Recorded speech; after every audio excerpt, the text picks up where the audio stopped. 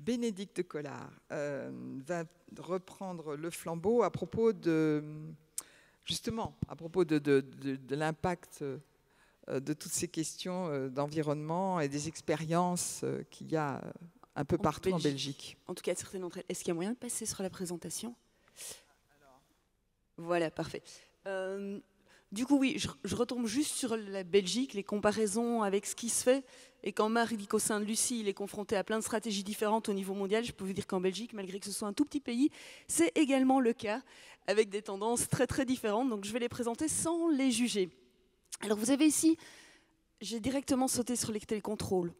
Honte à moi, le travail d'éclairagiste qui commence avec une bonne étude photométrique, avec le respect des normes sans exagérer, avec le calcul des power density, etc.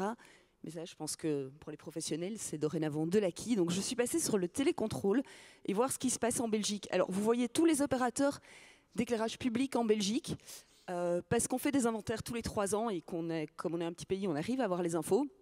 Et vous voyez à côté le nombre de sources que représente chacun de ces opérateurs. Est-ce qu'on est passé à l'éclairage télécontrôlé ou connecté? Oui, pour une grande majorité d'entre nous, ces dernières années, on a décidé d'y aller et on commence à l'implémenter. Partout, vous voyez du oui, ce qui représente, et je pense que c'est une bonne nouvelle quand même, au minimum 70% des gestionnaires ou des points lumineux gérés en Belgique devraient passer au fur et à mesure du temps au télécontrôle, au fur et à mesure de leur renouvellement. Ce qui est intéressant, puisqu'on est dans les questions environnementales, et je n'ai pas abordé l'aspect sociétal, donc je suis d'accord avec vous, il est éminemment important, c'est que peu de ces choix se justifient par l'énergie ou par l'environnement dans le télécontrôle, en tout cas en première instance.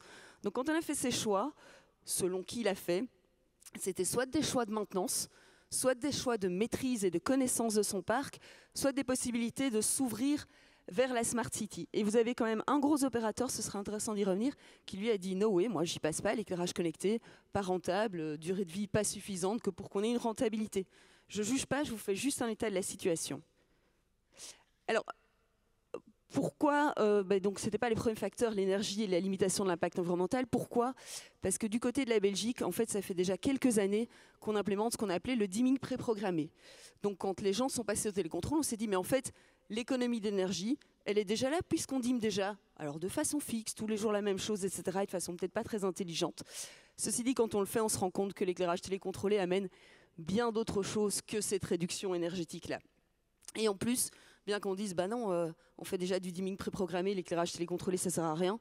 En vrai, en 2020, on n'avait que 10% du parc qui était dimmé.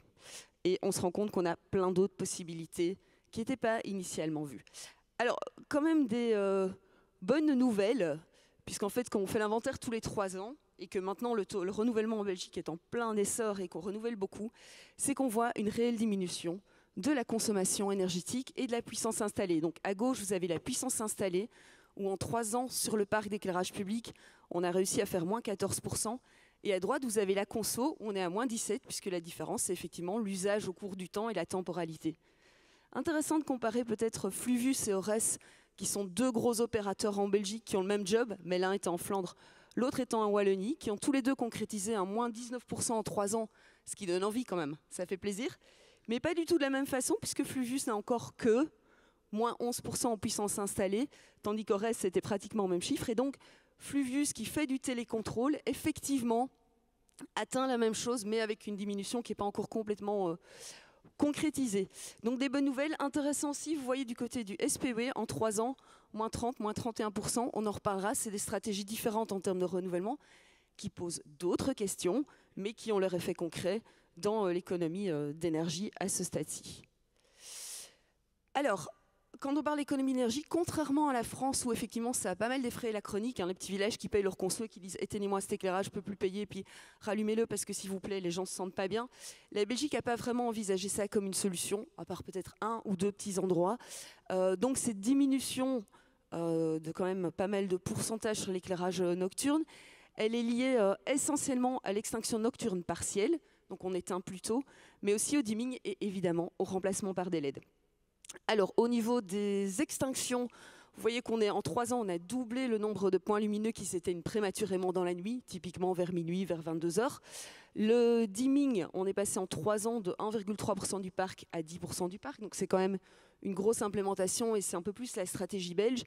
Et le gros essor, où là, enfin, je pense que la transition, on l'a entamée, c'est qu'en 2017, sur 2 200 000 sources, on avait 27 000 sources LED, sachant qu'on en avait déjà pas mal avec les mises en lumière qui étaient là depuis 10 ans, hein, donc on n'y était pas.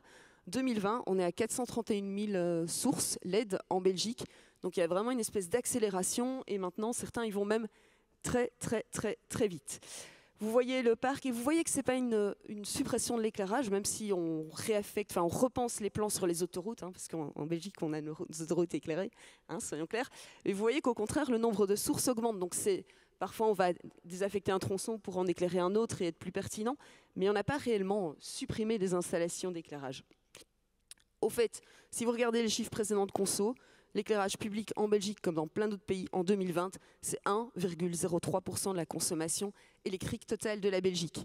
Donc effectivement, quand on reparle des bâtiments, de l'impact, ça ne nous dédouane pas de faire des efforts, ça ne nous dédouane pas d'avancer, mais ça remet en perspective notre impact. Alors, là où je vous ai dit, il y en a qui ne l'a pas fait pour des visées énergétiques, l'éclairage télécontrôlé. Ceci dit, par 2 petites expériences, je voudrais vous montrer que ça amène beaucoup plus que ce qu'on avait initialement envisagé. Une expérience qui a été faite en travail avec des open data dans un bois, où en fait non seulement il y avait du dimming, mais on a travaillé sur le trafic en temps réel, sur la météo, et donc quand il y avait moins de trafic, ça diminuait en dehors du calendrier, et quand il y avait des problèmes de pluie, de vent, ben, ça remontait à 100% pour la sécurité des usagers. Ce test a duré en vrai 4 mois, dans le bois de la Cambre, qui est un centre, enfin il y a vraiment beaucoup de circulation, et à la fois c'est Natura 2000, vous voyez le truc, pas top au départ.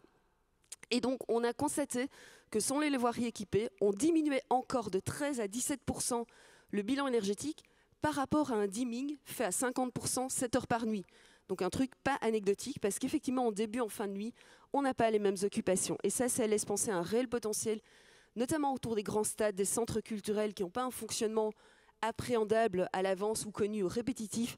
Il y a là un potentiel à aller chercher. Et du côté du SPE, et mon boss sera là demain, il peut m'engueuler parce que ce n'est pas sur le réseau non structurant, mais c'est sur le réseau structurant. Il vous en parlera demain. Mais l'idée est de travailler pour toutes les autoroutes wallonnes avec des capteurs de véhicules autonomes qui nous permettent d'adapter l'éclairage en fonction du trafic. Ce n'est pas encore complètement implémenté. Les capteurs sont là, mais ce n'est pas raccordé.